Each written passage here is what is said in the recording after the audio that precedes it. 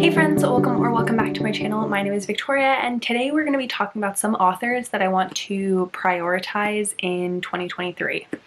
So first, I do want to say that I haven't been feeling well, so if I'm a little off in this video or I seem a little different, that's probably why. So I have very low energy, so I just wanted to let you know because I probably will not be very overly exuberant, I guess. But this is a video that I saw Crystal from Crystal's Bookish Life do that I really liked the idea of, and it's authors that you want to try in 2023. So I wrote down 8, I think, authors that I have had on my list for a while, and I have never read a book by them. I have owned the audiobooks or physical copies of their books, or I have had them in my saved folder of Hoopla for ages, and I have never picked them up. And so I really want to try them out and put them on more of a priority list in 2023.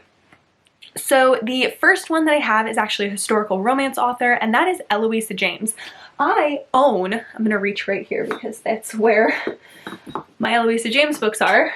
But I own a ridiculous amount of physical copies of Eloisa James's books. It's gotta be close to at least 15 Eloisa James books, and I've never read one.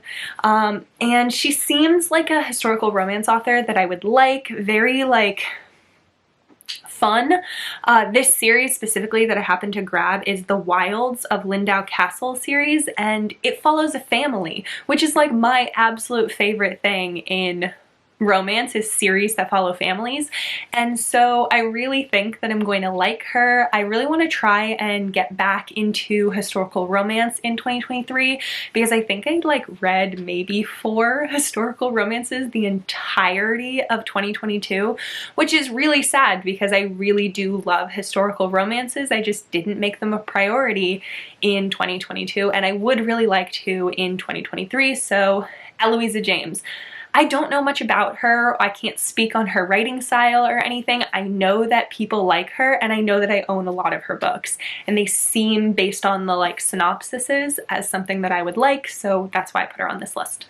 The next one that I have is an author who I first heard about in January of 2022, and that is Jennifer Hartman. I heard Jess from Peace Love Books talk about Jennifer Hartman, and then she kind of blew up. And so many people have read and absolutely loved her books. And I really wanted to read one, specifically Still Beating, in 2022. And her books are very emotional. They're very dark and hard-hitting and just deal with very difficult topics.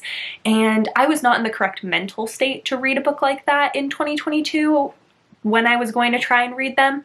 And so I haven't yet read her. I had this big thought process that Still Beating was going to be the first one that I read by her, but I think that that was also holding me back a lot because she does have a lot of other books, and I do own 2 of her other books, and she is coming out with a duet in January that's supposed to be, or it might already be out by the time this video is up, but it's going to be a little less dark, so that might be a good one to start with. But I need to stop this idea of it has to be Still Beating, the first one that I read, and just read the one that I'm in the mood for. Because if I keep holding out for Still Beating, there's a good chance it's going to be another year until I read her. And I don't want that to happen. So I'm going to try and just whenever I'm in the mood for one of her books, whatever the book is, I'm going to pick it up. And I'm going to prioritize it. The next one is a author that I've actually owned the audiobook of her entire series. She has a bind up of her entire series, and I've owned it since about March of 2022, and I've seen her talked about. Before that, she was on my radar. Before that, I've first heard about her, I think, in 2021, and that is Siobhan Davis. I really love reverse harems. It's something that I got into a lot, especially in 2022, in the beginning of 2022. And when I first started really reading reverse harems in the beginning of 2022, a lot of people talked about how Siobhan Davis has really good ones. And I bought the whole bind up of her Sainthood series specifically. I think that's the one of hers that I'm going to try and start with, or the one that I'll probably start with because I already own it. But she has really good reverse harems apparently, and I love reverse harems, so I don't know why I haven't picked her up. She's just not been, it's like buried deep in my Audible that I probably just forgot that I had it, but I really do want to try her. I know that a lot of people who love reverse harems say that hers are really good, and they do compare the darkness to it to Tate James's Madison Kate series, which I really, really love. It's like gangs and stuff like that. I think that the Sainthood series deals with a lot, the characters are a little bit younger. I think they're like just out of high school or just like seniors in high school, something like that, so like 18, but that's fine with me and I want to read it. Another author that I have is Samantha Young. I have had Samantha Young's, I think it's the Adair series, on like my TBR since it came out, and I can't remember when it came out, but the first book in that series I have had saved since it came out. And even before that, she has such popular books like On Dublin Street, and I have wanted to read them for ages, even before I like started my booktube channel and everything, but I never picked her up, and I just don't know why. And especially now that I'm so into Catherine Cowles' style romantic suspense, I know that Samantha Young's Adair series is supposed to be something similar to that, or like a similar suspense, romantic suspense style. And I know that Catherine has talked about how she really likes Samantha Young, so I want to read her and I hope that I love her. I don't know why I've put her off for so long, but I really do want to read her and finally put her on my priority list. The next one that I have is a little bit of a cheating because I do think that I've read one book by this author, and that is Stacy Reid. I read her a long time ago. I think in 2020, maybe, I first read one of her books and I really enjoyed it. I did enjoy it, but it was one of her like earlier books, and she has so many books now and so many that are really popular. I know that so many of my friends have absolutely adored Stacy Reid's books. I know that Carrie from Booked for Romance talks about one specific one that she really, really loves, but I can't remember what the title is. But I own a ton of Stacy Reid's books and I have never read any of them. I've only read that one ages ago that I can't even remember what the title was. I just know it was Stacy Reid, but it was not one of her like popular ones or like new ones. And she is a historical romance author that a lot of people talk about, a lot of people like, and I would really like to, like I said, read more historicals in 2023, and so Stacy Reid's a good author for me to try. Another, speaking of historicals, I have another historical romance author, and that is Elisa Braden. So Elisa Braden, I first heard Jen from the Book Refuge talk about, and Jesson from Jesson Reads Romance. They both have talked extensively about their love for Elisa Braden, and she is an indie historical romance author, which I love. I don't think I've ever read an indie historical author that I can think of. I mean, all of the historical romance authors that I've read have been like big name historical romance authors like Joanna Shupe and Kerrigan Byrne and Tessa Dare and stuff like that. So I really don't think I've ever read a indie historical, but I read mostly indie romances of contemporary romances, so I prefer indie romance in contemporary, so I don't see why I wouldn't like indie romance in historical.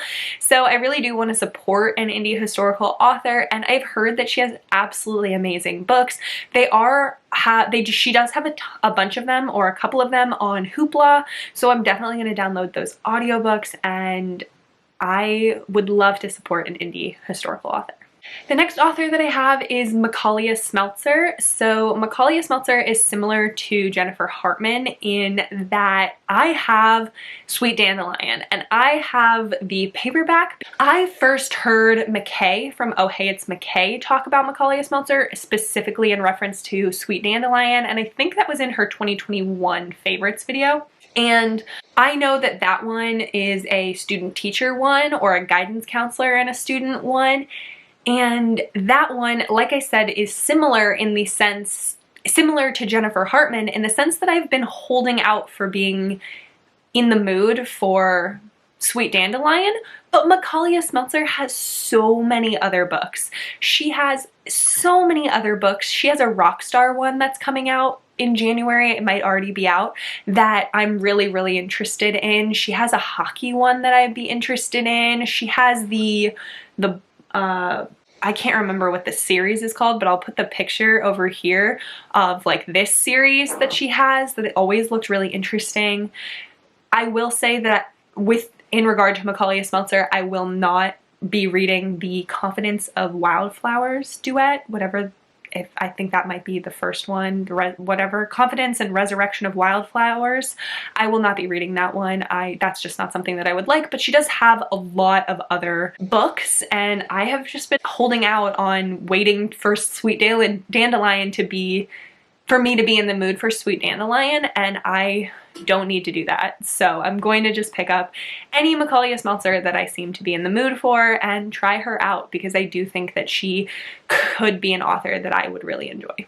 Then the last one that I have is actually a fantasy romance author who hasn't been on my TBR for a really, really long time. She was just added recently at the end of 2022, but she is somebody that I would like to prioritize because it goes along with my reading goals of 2023, and that is Carissa Broadbent. Carissa Broadbent, I heard Sam from Sam Reads a Little talk about when she talked about her fantasy romance that is this book. I, again, don't remember the title, so I'll put the cover here. But I've seen a couple of people talk about that book and really, really love it. And unfortunately, I will not be able to read that book until there's an audiobook out. There is not one right now. I'm hoping, based on the fact that she has audiobooks for some of her other books, that she will eventually make an audiobook for that one. But she does have audiobooks for this one. Again, don't remember the title, so I'll put another picture. But this is the one that I really want to start with, that I really think that I'm going to love. It has an audiobook. I've heard Jesson, I think, from Jesson Reads Romance talk about it, and I am highly anticipating it, and it goes along with my reading goals for 2023 because it's fantasy romance. And I talked about in my New Year booktuber tag, I think, how I want to read more fantasy and fantasy romance in 2023, so that fits perfectly. So I definitely want to read her books prioritize her books in 2023. So that is the last author that I had. This is just going to be a quick, short video. So that is it. That is all that I've got for you, but I would really like to prioritize these authors. Thank you to Crystal from Crystal's Bookish Life for the video idea, but that is going to be it. So please like this video if you liked it, subscribe so you can stick around and see more content from me, and I hope that you have the absolute best day. Bye.